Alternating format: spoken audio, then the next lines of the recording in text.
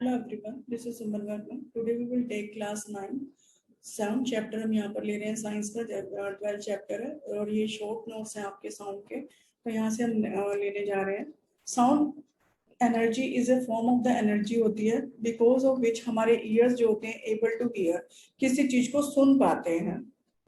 तो साउंड एक energy form है एनर्जी की, जिससे इसकी वजह से हमारे ईयर जो होते हैं सुन पाते हैं। और कोई भी साउंड को क्रिएट या डिस्ट्रॉय नहीं कर सकता, लेकिन ट्रांसफॉर्म कर सकता है one energy into the sound energy. किसी भी एनर्जी को साउंड एनर्जी में कन्वर्ट किया जा सकता है। एग्जाम्पल के तौर पे देखें, जैसे सेल फोन रिंग करता है तो साउंड जो प्रोड्यूस होती है वो इलेक्ट्रिकल एनर्जी को साउंड एनर्जी में प्रोड्यूस करता है। How is sound produce? अब साउंड प्रोड्यूस होती कैसे है? A sound is produced when an object vibrates, then it is they move in to or fro motion के अंदर क्या करते हैं, मूव करते हैं। जैसे एग्जांपल के तौर पर जब हम देखते हैं तो जब एक ट्यूनिंग फोक हमने स्ट्राइक किया किसी भी स्ट्रेच रबर बैंड से, तो ये वाइब्रेट करता है और साउंड को प्रोड्यूस करता है। Human voice is produce because of the vibration of the vocal cords. Vocal cords की वाइब्रेशंस की वजह से आपकी वॉइस प्रोड्यूस होती है। स्ट्रिंग इंस्ट्रूमेंट जैसे गिटार हो गया, सितार हो गया, तो ये स्ट्रिंग इंस्ट्रूमेंट में जो साउंड होती है वो स्ट्रिंग्स जब वाइब्रेट होती है उनकी वजह से प्रोड्यूस होती है।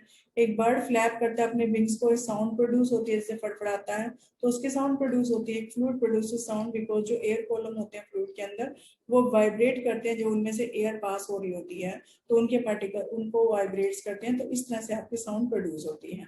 अब साउंड ट्रेवल कैसे होती है? How to sound travel? इसको अंडरस्टैंड करने के लिए इन ऑर्डर टू प्रोपेगेट जो साउंड रिक्वायर्ड एक मीडियम होता है जिसमें ये ट्रेवल कर सके। And the medium could be gas, liquid और सॉलिड, कुछ भी हो सकता है।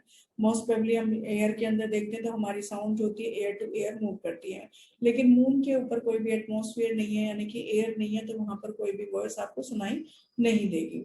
तो दैट मीन्स आप इसको मीडियम, कोई ना कोई मीडियम चाहिए प्रोपेगेट करने के लिए, ट्रेवल करने के लिए, प्रोपेगेट करने के लिए। लाइक दिस साउंड प्रोपेगेट एक मीडियम में as the particle of the medium vibrate करते हैं स्टार्टिंग पॉइंट से ही। एंड दिस मीन जो sound always has a starting point और एंडिंग पॉइंट होता है। तो साउंड का स्टार्टिंग पॉइंट भी हो गया और एंडिंग पॉइंट भी हो गया। अब एग्जाम्पल के तौर पे देखिए, जब आप अपने फ्रेंड से बात करते हैं तो जैसे आप बोल रहे हैं तो पार्टिकल्स एयर के अंदर वो क्या होते हैं, डिस्प्लेस हो जाते हैं due to the pressure caused by the sound जो आप साउंड प्रोड्यूस करते हैं उससे एयर के अंदर प्रेशर हो जाता है।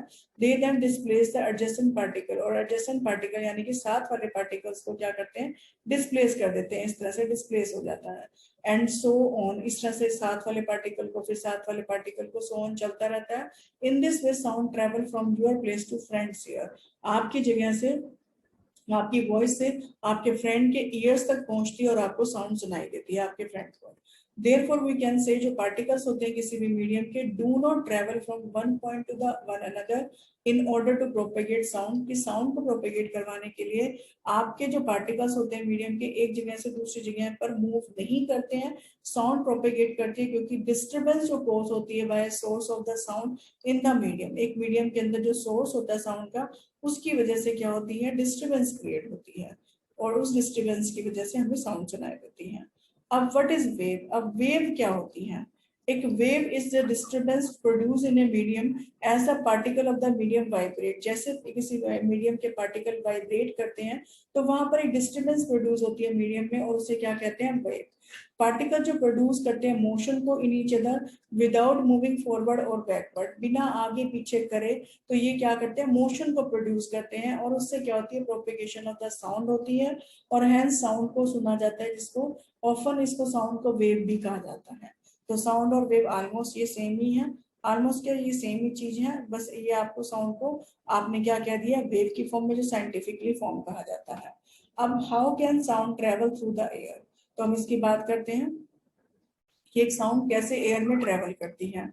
जब एक ऑब्जेक्ट वाइब्रेट करती है एयर के अंदर तो ये साउंड प्रोड्यूस करती है, और कुछ रीजन जो हाई प्रेशर के होते हैं उसके अंदर क्रिएट होते हैं इन फ्रंट ऑफ इट, इसके सामने। और these are the region of the compression, that mean जो ये पास पास रीजन है ये कंप्रेशन के रीजन है। लूज लूज जो है ये आपके रेयर फ्रैक्शन के रीजन है, रेयर फ्रैक्शन। एक कंप्रेशन का रीजन, एक रेयर फ्रैक्शन का रीजन। तो ये जो दूर दूर है रेयर फ्रैक्शन, पास पास है जो कंप्रेशन का रीजन है। तो these region of compression move forward in the medium में जाते हैं as a particle exert pressure करेंगे अपने एडजेसेंट पार्टिकल्स में, and with alternate regions of जो कंप्रेशन है there also region of the low pressure. इनके साथ साथ आपके क्या होते हैं, लो प्रेशर के रीजन भी होते हैं इसके सामने ही, तो इन्हें क्या कहा जाता है, रीजन ऑफ रेयर फ्रैक्शन। जो आपको लूज पार्टिकल बताएं ये रीजन आपके क्या रेयर फ्रैक्शन के हैं। As the object would move forward or backward consecutively producing sound, आपकी ऑब्जेक्ट आपकी कंटिन्यूसली आगे पीछे मूव करती है और प्रोड्यूस करती है साउंड को, जो सीरीज होती है कंप्रेशन और रेयरफेक्शन की क्रिएट हो जाती है। कभी प्रेशर ज्यादा हुआ, कभी प्रेशर कम हुआ। जैसे आपकी साउंड में जब आप बोल रहे हैं तो आपका माउथ जब बंद हो रहा है तब आपके साउंड, जब आपकी वाइब्रेशन कम प्रोड्यूस हो रही है, जब आप ओपन कर रहे हैं माउथ को तो वाइब्रेशन ज्यादा प्रोड्यूस हो रही है। उससे क्या होगा, रेयरफेक्शन और कंप्रेशन बनेंगे और ये अलाउ करेंगे साउंड को एक एयर में मूव करने के लिए या किसी अदर मीडियम में मूव करने के लिए। इफ द मीडियम अगर डेंस हो गया तो pressure exerted on the particles will be more होगा in order to propagate the sound and vice versa. That means अगर मीडियम डेंस है तो pressure, medium is dense, the pressure exerted on the particle will be more. जितना medium dense होगा pressure आपका ज्यादा होगा in order to propagate the sound, sound को propagate करने के लिए, या फिर वाइस वर्सा मींस अगर लेस प्रेशर है, अगर मीडियम आपका मतलब मीडियम आपका डेंस नहीं है तो प्रेशर लो होगा। Therefore we can say जो propagation of the sound is all about change in the pressure of the medium, कि एक मीडियम के अंदर जो प्रेशर चेंज होता है उसकी वजह से क्या होता है, साउंड प्रोड्यूस होती है। तो ये सी कंप्रेशन के लिए, आर जो है रेयरफेक्शन के लिए लिखा हुआ है, तो ये सोर्स ऑफ साउंड है और ये एयर है और यहाँ पे इस तरह से साउंड प्रोड्यूस हो रही है। ये वेव की फॉर्म के अंदर इस तरह से लिखा हुआ है, ये इस तरह से, तो ये वेव की फॉर्म है। वेव की फॉर्म में भी ये ऊपर की तरफ कंप्रेशन, नीचे की तरफ रेयरफेक्शन यानी कि लो प्रेशर। अब नेक्स्ट आ जाइए, what are the mechanical waves. अब मैकेनिकल वेव क्या होती हैं? एक वेव जो that is produce, the wave that is produced when the object of the medium oscillate करते हैं is called the mechanical wave। जब एक वेव प्रोड्यूस होती है और objects, when the objects of the medium oscillate करता है तो उसे मैकेनिकल वेव कहा जाता है। the sound waves are therefore mechanical wave। तो साउंड वेव्स आपकी क्या है, मैकेनिकल वेव्स हैं। तो वेव्स आपकी क्या है, इलेक्ट्रोमैग्नेटिक और मैकेनिकल वेव्स। तो यहाँ पर आपकी जो भी वेव्स होती हैं क्या है, transverse wave, light wave, x rays, infrared rays, infrared waves और अल्ट्रावायलेट रेज। यहाँ से मैकेनिकल वेव्स में आपकी ट्रांसवर्स वेव आती है यानी कि वाटर के रिफ्लेक्ट्स, और इधर से लॉन्गिट्यूडनल वेव, साउंड की वेव्स आती हैं। तो ये आपके टाइप्स ऑफ वेव्स आपको यहाँ पर शो किया गया है और इनके बारे में अब हम पढ़ते हैं। Sound can not travel through the vacuum. ये वैक्यूम में ट्रेवल नहीं करती क्योंकि इसे मीडियम चाहिए प्रोपेगेट करने के लिए।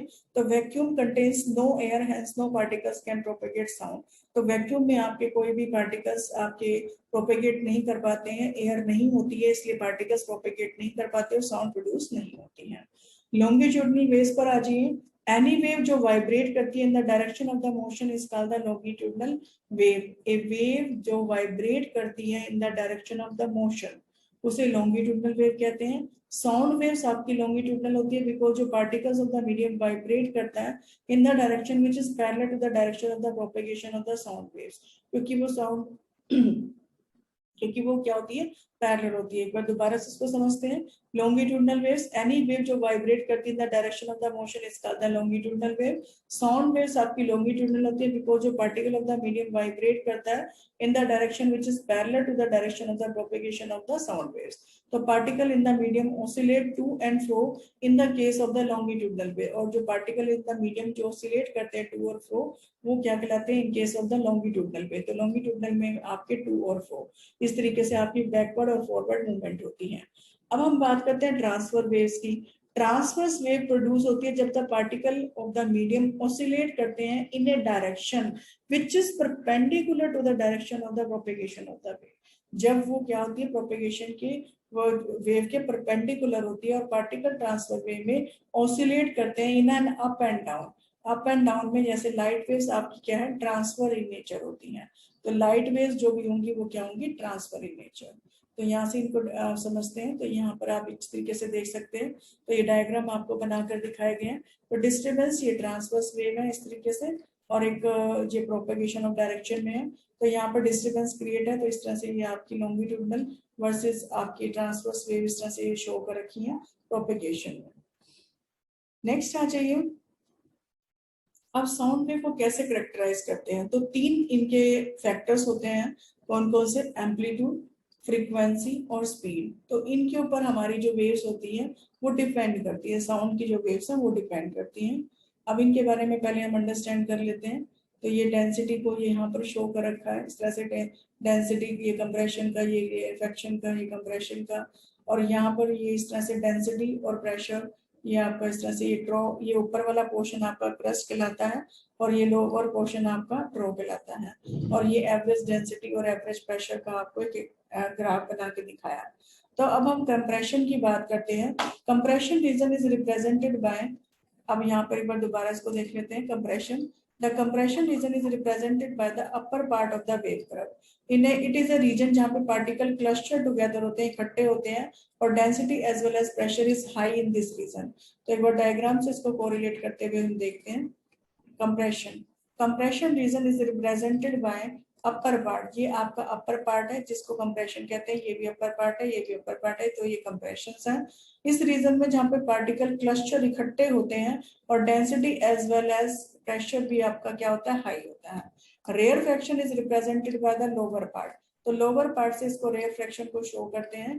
तो ये रीजन है जहाँ पर पार्टिकल आपके सेपरेट आउट होते हैं, एक दूसरे से अलग होते हैं। Reflection region always has a lower pressure, इसमें क्या होता है, लो प्रेशर होता है। तो यहाँ से हम बात करते हैं नेक्स्ट आपकी क्रस्ट की। क्रस्ट क्या होता है, पीक ऑफ द कर्व। ये जो पीक यानी कि आपका ऊपर की तरफ जो कंप्रेशन का बताया वही एक पीक है, और ट्रो जो आपका, it is a crust of the curve. Crust जो आपका जो नीचे की तरफ दे रखा है, ट्रो, क्रस्ट जो आपका नीचे की तरफ दे रखा है वो ट्रो है। अब वेवलेंथ क्या होती है, distance between the two consecutive compression और द रेयर फ्रैक्शन। कंप्रेशन और रेयर फ्रैक्शन के बीच में जो डिस्टेंस है वो क्या कहलाएगा, वेवलेंथ। तो यहाँ से ध्यान देने वाली बात क्या है कि ये इस तरह से, ये आपका एक कंप्रेशन और एक आपका ये कंप्रेशन, और दूसरा भी है आपका, ये आपका कंप्रेशन, और ये आपका ये भी कंप्रेशन। एक कंप्रेशन से दूसरे कंप्रेशन के बीच में जो डिफरेंस है उसे हम क्या कहते हैं, वेवलेंथ कहते हैं। या फिर दो रेयर फ्रैक्शन नीचे की तरफ भी, उसको भी क्या कहेंगे हम, wavelength. Frequency, number of the oscillating per unit time, कितना टाइम ऑसिलेट कर रहा है is called the frequency of the wave, यानी कि number of the compression plus में number of the rarefaction per unit time, और इसकी ऐसा यूनिट होती है हर्ट्ज। टाइम पीरियड की बात करते हैं तो time taken between the two consecutive compression और refraction to cross a fix point is called the time period. तो जितना उसमें एक आपका जो टाइम टेकन हुआ है कॉन्जिक्यूटिव कंप्रेशन में, इस कंप्रेशन से लेकर के इस कंप्रेशन में जितना टाइम उसको लिया उसको क्या कहेंगे हम, time period. In other words, time taken for complete oscillation through a medium is called the time period. एक ऑसिलेशन कंप्लीट करने में जितना टाइम लेता है उसको टाइम पीरियड कहते हैं। ऐसा यूनिट इसकी क्या होती है, सेकंड होती है। अब रिलेशनशिप फ्रीक्वेंसी के बीच में और आपके पास टाइम के बीच में रिलेशनशिप आपका क्या है कि F is equal to 1/t, यानी कि फ्रीक्वेंसी क्या होती है, रेसिप्रोकल ऑफ द टाइम होती है। जितना ज्यादा टाइम होगा उतनी फ्रीक्वेंसी कम होगी, जितना टाइम आपका ज्यादा होगा उतनी फ्रीक्वेंसी कम होगी। तो इस तरह से आपने रेसिप्रोकल में इसको समझना है, और इसके ऊपर ये इनवर्सली प्रोपोर्शनल हो जाएगी। अब हम बात करते हैं पिच की। ये पिच क्या होती है, pitch of A sound depend करती है फ्रीक्वेंसी ऑफ द साउंड पर, साइज ऑफ द ऑब्जेक्ट जो प्रोड्यूसिंग करते हैं साउंड को, और type of the object producing the sound.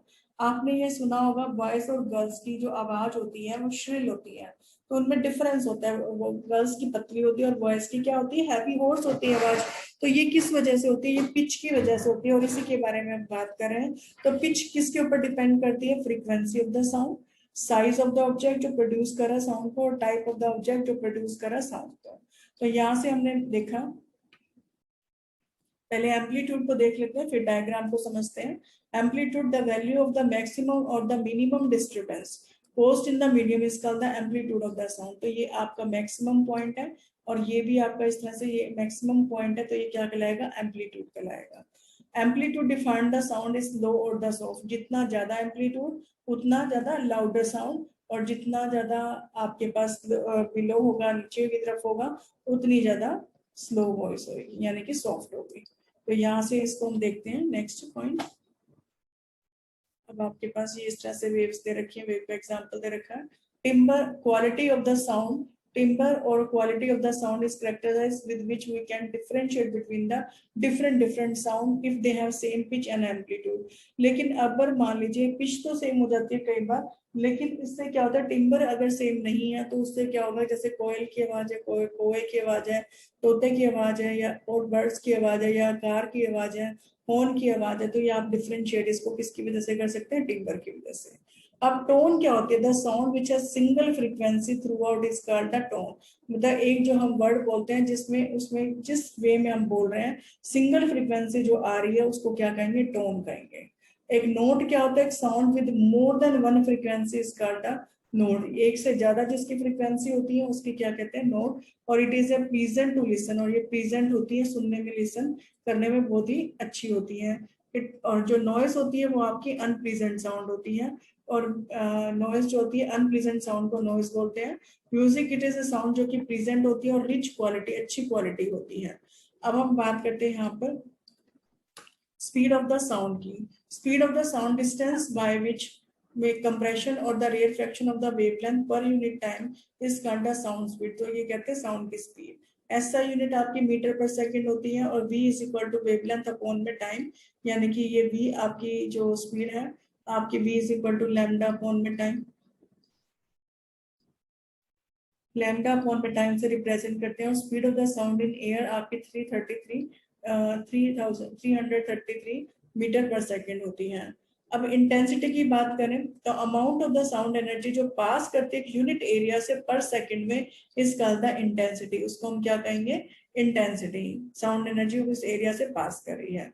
अब हम बात करते हैं लाउडनेस की। It is how our ear respond to a sound. हमारा माइंड जिसके लिए रिस्पॉन्सिबल होता है कि हमारे ईयर्स कैसे रिस्पॉन्ड कर रहे हैं। दो sound in the same intensity can vary in the loudness only because we detect one sound easier than the other. तो हम दो साउंड है जिनकी इंटेंसिटी भी सेम है लेकिन लाउडनेस है उनकी अलग अलग है, और उनको चेक कर सकते हैं और डिटेक्ट कर सकते हैं one sound easier than the other. एक साउंड को दूसरे से हम कर सकते हैं। गुरुद्वारे की आवाज कह लीजिए और एक बहुत ज्यादा आपका मार्केट के अंदर या कहीं पर भी डीजे चल रहा है तो आप उसको दोनों को उसकी लाउडनेस से आप रिकॉग्नाइज कर सकते हैं। Now sound cannot travel at the same speed in the different medium. Sound किसी भी आपका ट्रेवल नहीं कर सकता सेम स्पीड से डिफरेंट मीडियम में। और जो speed of the sound in medium affect करती है तीन चीजों को, density of the medium, for instance जो स्पीड ऑफ द साउंड होती है वो मैक्सिमम होती है स्लो डिट के अंदर, और temperature of the medium, as temperature increase होगा तो साउंड भी प्रोपेगेट इजिली करती है।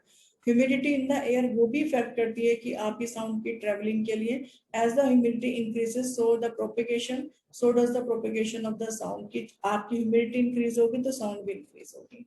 तो यहाँ से अब हम बात करते हैं सोनिक बूम की। अब सोनिक बूम होता क्या है, जब एक ऑब्जेक्ट ट्रेवल करती है एयर के अंदर विद ए ग्रेटर स्पीड से ऑफ द साउंड से भी ग्रेटर स्पीड से, तो एक ऐसी साउंड प्रोड्यूस करती है हाई एनर्जी की, और this high energy loud enough होती है कि ये इवन ग्लासेस को भी ब्रेक कर सकती है और डैमेज कर सकती है बिल्डिंग को। और जो साउंड प्रोड्यूस होती है वो similar to the sound of explosion और थंडर क्लैप की तरह होती है कि आपका तूफान आ गया हो। एंड दिस ऑब्जेक्ट एक large amount of the pressure air के ऊपर डालती है जिससे production of the shock waves आती हैं एयर के अंदर, और these shock wave produce extremely large होती हैं loud sound waves which are called the sonic booms. इनको क्या कहते हैं, सोनिक बूम्स कहते हैं, जो साउंड से भी फास्टर होती हैं। Speed of the light in air आपकी 3 into 10 to the power 8 metre per second होती है, into 10 to the power 8 metre per second है। Speed of the sound 333 metre per second है। तो ये चीज क्लियरली बताती है कि साउंड ट्रेवल करती है लोअर स्पीड से than that of the light in air. जितना एयर में लाइट है उससे स्लोअर ये आपका ट्रेवल करती है। This is the reason why at the time of the lightning the light is visible होती है instantly while the sound of the thunder reaches our ears after a few second. तो आपने जब भी देखा होगा कि जो हमारी लाइट जो होती है विजिबल आपको जल्दी हो जाती है, जबकि थंडर की साउंड आपको बाद में सुनाई देती है। तो ये इसकी फास्टर होने की वजह से है। Sound can bounce off a solid can bounce off a solid और लिक्विड को बाउंस ऑफ भी कर सकती है। सम मटेरियल लाइक जैसे मेटल्स और वॉल्स होगी are called a good reflector of the sound भी कहा जाता है, ये ऑब्जॉर्व नहीं करते हैं साउंड को, वाइल अदर्स जैसे क्लोथ और स्पंज हो गए ये बैड रिफ्लेक्टर्स कहा जाते हैं साउंड को, और ये ऑब्जॉर्व करते हैं साउंड को इजीली। तो इसका सबसे बेस्ट एग्जांपल क्या है कि अगर आप खाली रूम के अंदर वैकेंट रूम के अंदर आप बैठे हैं तो आपकी साउंड के अंदर क्या आती है, इको आती है, गूंजती है आवाज। लेकिन जब आपके जहाँ पर पूरा फर्नीचर जो रखा हुआ है फुल आपका रूम है तो वहां पर आपकी इको प्रोड्यूस नहीं होती, क्योंकि ये चीजें क्या कर लेती है, साउंड को एब्जॉर्ब कर लेती है। नेक्स्ट आ जाइए, आपके पास है laws of reflection of the sound. The incident sound wave, ये आपकी इंसिडेंट साउंड वेव है।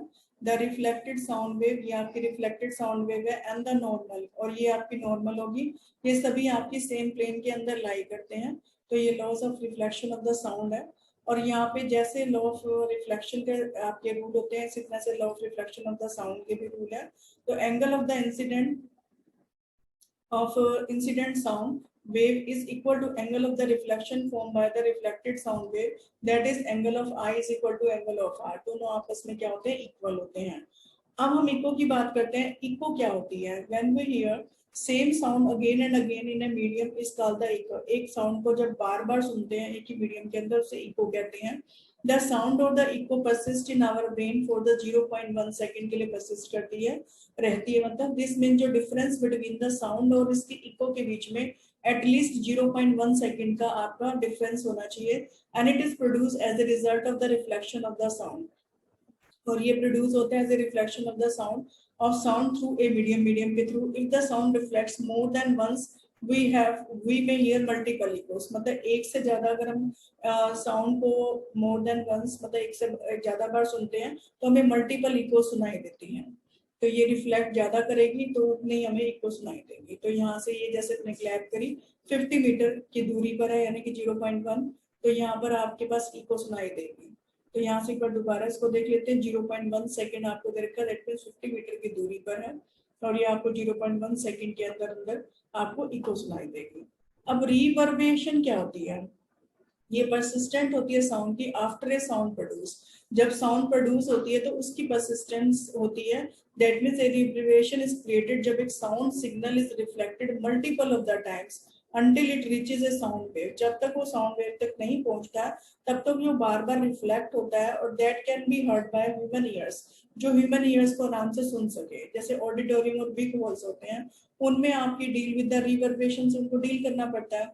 दिस इज वाई जो रूफ होती है वो साउंड प्रूफ मटेरियल जैसे फ्लिप बोर्ड है एंड चेयर्स जो हॉल में होती है वो हमेशा फैब्रिक से कवर होती है ताकि ये साउंड को क्या कर सके, एब्जॉर्ब कर सके। तो ये इससे रिवर्बेशन ना हो। अब एडवांटेज क्या क्या होती है मल्टीपल रिफ्लेक्शंस की, इसके बारे में हम पढ़ते हैं।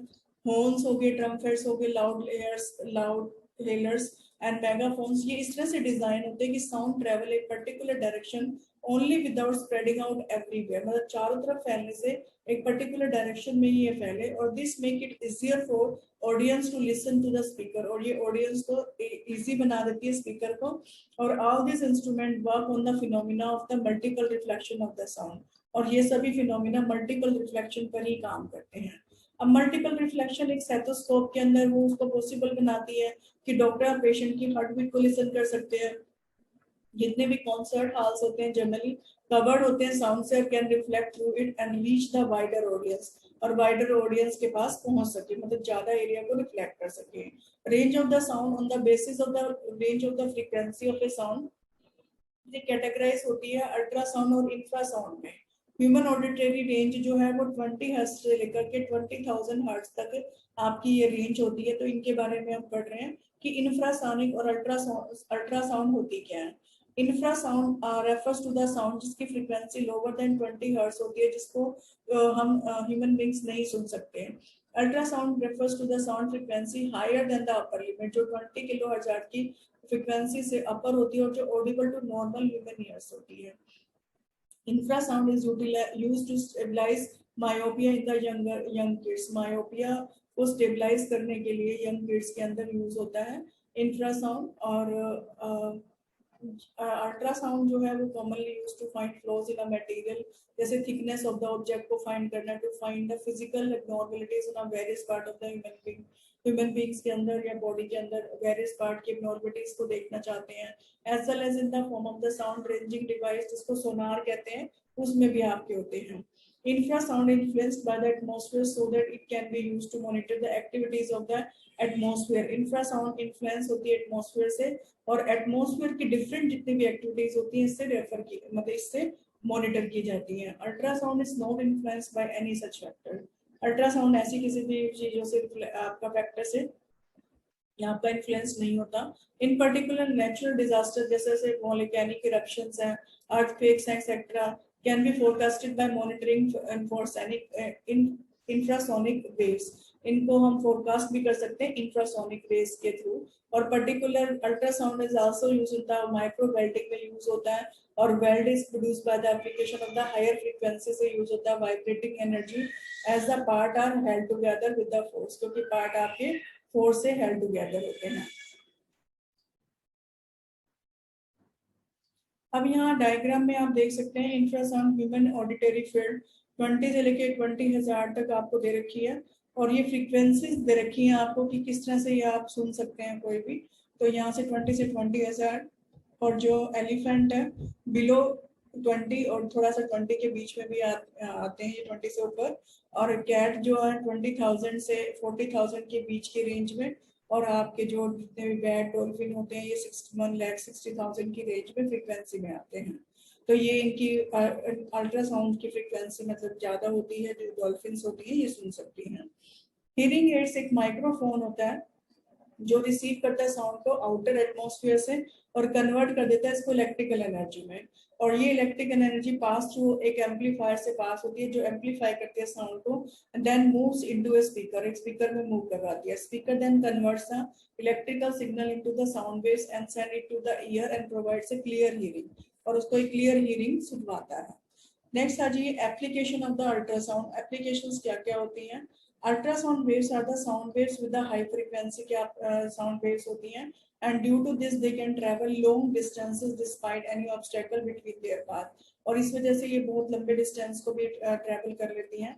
Ultrasound waves are used in clearing parts of the object that are hard to reach such as spiral tube or the electronic component। जो स्पाइरल ट्यूब्स होती हैं जो आपके ईयर में है, और अल्ट्रा इलेक्ट्रॉनिक कंपोनेंट्स होते हैं उनको मतलब क्लियर करने के लिए जो ऑब्जेक्ट्स के पार्ट होते हैं जहां पर आप रीच नहीं कर सकते वहां पर अल्ट्रासाउंड वेव्स रीच करती हैं। In order to clean the object they are put in a solution में डाली जाती हैं, then the ultrasonic waves are pass to the solution और सॉल्यूशन से पास की जाती हैं। एज ए रिजल्ट जो डस्ट पार्टिकल्स हैं on the object get detach and fall off them, और उनसे क्या हो जाते हैं पार्टिकल डिटैच हो जाते हैं और गिर जाते हैं, fall of that। Ultrasound waves can be recognized tiny cracks in the metallic object। जो metallic object होते हैं उनमें छोटे छोटे अगर cracks आते हैं तो भी ultrasound wave से हम उनको recognize कर लेते हैं। जो manufacturing large structure जो होते हैं उनमें building में और scientific equipment में होते हैं उनमें ये आपके check होते हैं, और presence of such cracks can lower the strength of these structure। छोटे छोटे cracks और ये उनकी strength को कम कर सकते हैं structure का और machine का। Hence ultrasound waves can pass through the metallic object and detectors are used to detect the waves that pass through the cracks। और ये cracks से जो pass करती हैं उनको detectors को मतलब ये waves detect कर लेती हैं छोटे छोटे cracks को। If a crack is present in the ultrasound waves would reflect back। अगर मान लीजिए कोई crack होगा तो ultrasound waves क्या हो जाएंगी back चली जाएंगी, जैसे उससे टकराएंगी crack से और reflect back हो जाएंगी like this। तो ये इस तरह से reflect back हो जाती है, और ये application हमें पता चल जाता है कि यहाँ पर कोई crack है।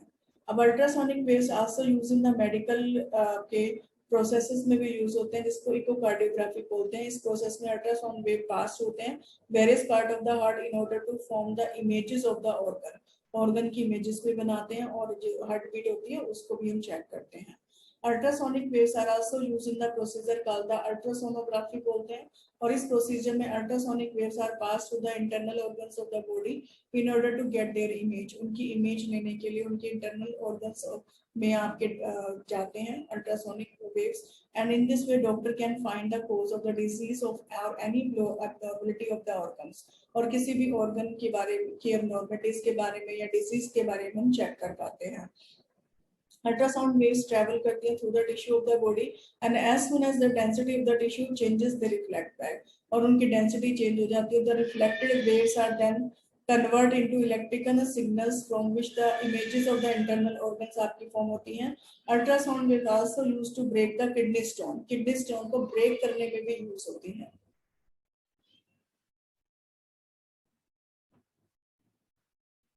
नेक्स्ट टॉपिक है हमारा सोनार. सोनार की फुल फॉर्म होती है sound navigation and ranging.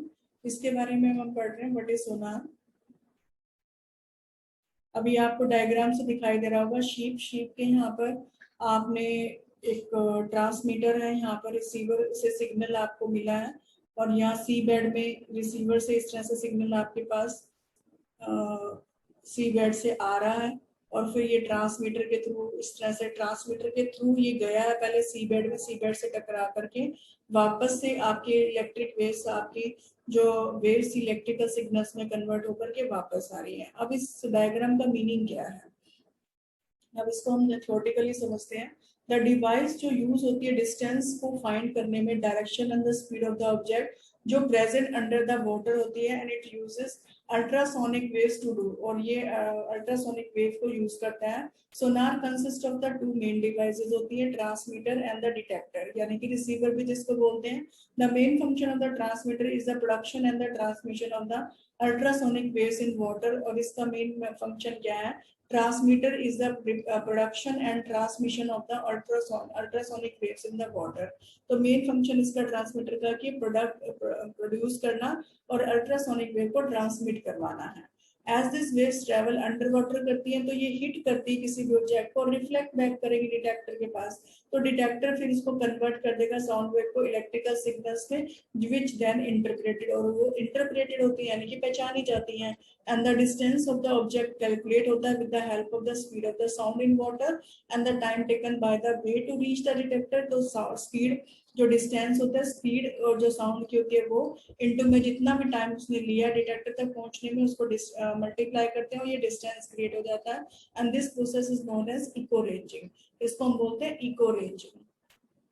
Next आ जाइए. अब यूजेस सोनार के क्या है? एक तो सबसे पहले find the depth of the water body such as sea की डेप्थ को जानने के लिए हम यूज करते हैं. Detecting the presence of the under water object जैसे सबमरीन्स हैं, आइसबर्ग्स हैं, शिप्स हैं, तो इन सब चीजों को फाइंड आउट करने के लिए भी, ये डिटेक्ट करने के लिए भी यूज होता है. अब हम बात करते हैं how to bats search their prey. जो इतने भी चमगादड़ होते हैं जिनको बैट्स बोलते हैं, ये अपने शिकार को कैसे ढूंढते हैं? बैट जनरेट करता है ultrasonic waves. As this waves hit करती है एक ऑब्जेक्ट को, they get reflected back to the bats ear, और ये बैट्स ईयर के पास आती हैं. Bats can understand the nature of the reflection of these waves. इनकी वेव्स के रिफ्लेक्शन को समझता है और डिसाइड करता है position of the object of their prey, कि आपकी जो उसके शिकार है उसकी पोजीशन कहाँ पर है. तो इस तरह से ये अपने प्रे को कैच करता है रिफ्लेक्शन के थ्रू. अब हम यहाँ पर बात करते हैं ह्यूमन ईयर को लेकर के. ह्यूमन ईयर हम यहाँ पे पढ़ रहे हैं, तो ह्यूमन ईयर के पार्ट्स डायग्राम से आप देख सकते हैं. आउटर जो पोर्शन है आपका, जिसको आप अपने हैंड से भी टच कर सकते हैं, that is known as to be the pinna. उसके बाद आपका ये आउटर ईयर आता है, फिर मिडल ईयर आता है, फिर इनर ईयर आता है. फिर आपके पास यहाँ पर ये आपकी टिम्फेनिक मेम्ब्रेन या ईयर ड्रम, जिसको ऑडिटरी कैनाल है, ये आपकी ऑडिटरी कैनाल इसको बोलते हैं. थर्ड, यहाँ पर एक कवरिंग इस तरह से लेयर टाइप से होता है जिसको टिम्फेनिक मेम्ब्रेन या ईयर ड्रम बोलते हैं.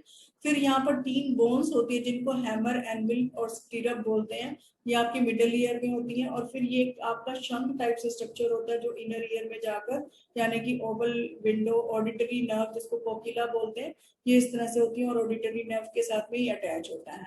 अब हम यहाँ पर वर्किंग कर लेते हैं जो ईयर की होती है स्ट्रक्चर के साथ साथ देते हुए. हमारा जो ईयर होता है अलाउ करता है जितने भी allow to us receive audible frequency in our surrounding.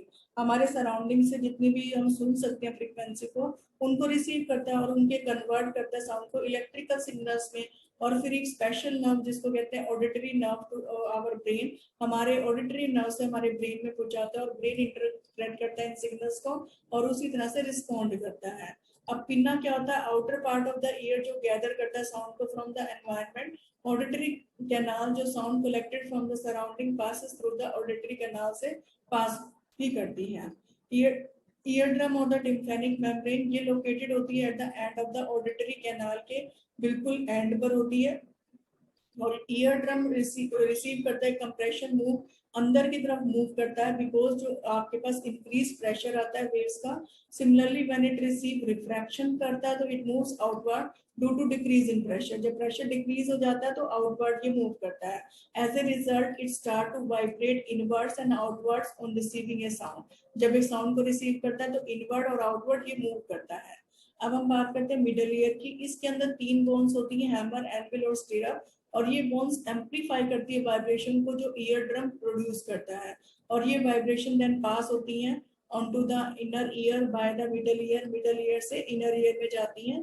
कोकिला ये लोकेटेड होता है इनर ईयर के अंदर। और ये जितने भी वाइब्रेशन और इलेक्ट्रिकल सिग्नल्स होते हैं उनको ये उन वाइब्रेशंस को इलेक्ट्रिकल सिग्नल्स में कन्वर्ट करता है और ब्रेन तक लेके जाता है ऑडिटरी नर्व के थ्रू। तो इस तरह से ये कोकिला अपना काम करते हैं।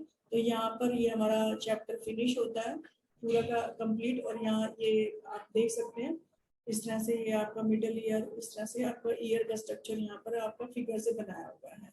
तो यहाँ पे हमारा पूरा चैप्टर फिनिश होता है। अगर आपको मेरी वीडियो पसंद आई है तो लाइक कीजिए, शेयर कीजिए, चैनल को सब्सक्राइब कीजिए ताकि आने वाली और वीडियोस आपको मिलती है।